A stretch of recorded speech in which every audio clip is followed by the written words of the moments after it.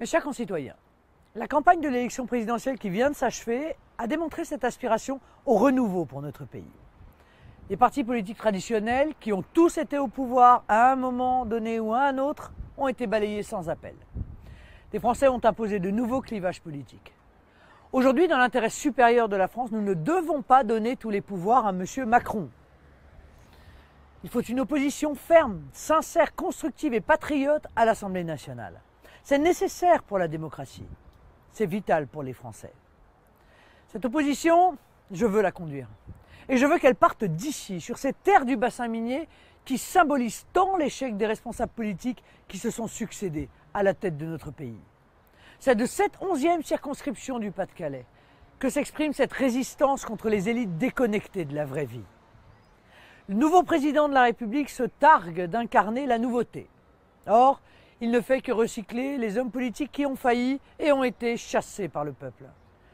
Steve Briouat, qui sera mon suppléant, est la démonstration que l'on peut encore changer les choses, améliorer votre quotidien, résister au système et rétablir votre intérêt au centre de nos actions. Son travail est unanimement reconnu et les derniers résultats électoraux ne trompent pas. Nous savons gérer, nous savons vous écouter et nous savons répondre à vos légitimes préoccupations. J'aime nos villes, nos villages, j'aime l'identité de notre région et de notre bassin minier. Les villes du secteur, déjà largement touchées par la fermeture des mines et de nos usines, ont trop payé l'abandon de nos élites. Les politiques qui ont mené à cela, Emmanuel Macron en est l'héritier. La mondialisation, l'Union européenne, l'ouverture des frontières ont provoqué cette désindustrialisation et cette délocalisation.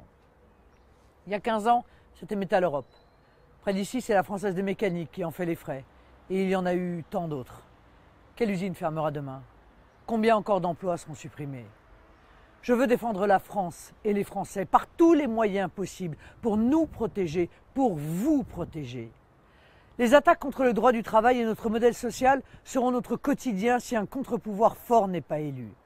Et au-delà, ce sont nos entreprises, nos commerçants, nos artisans, notre pouvoir d'achat, notre identité, notre patrimoine que nous devons défendre.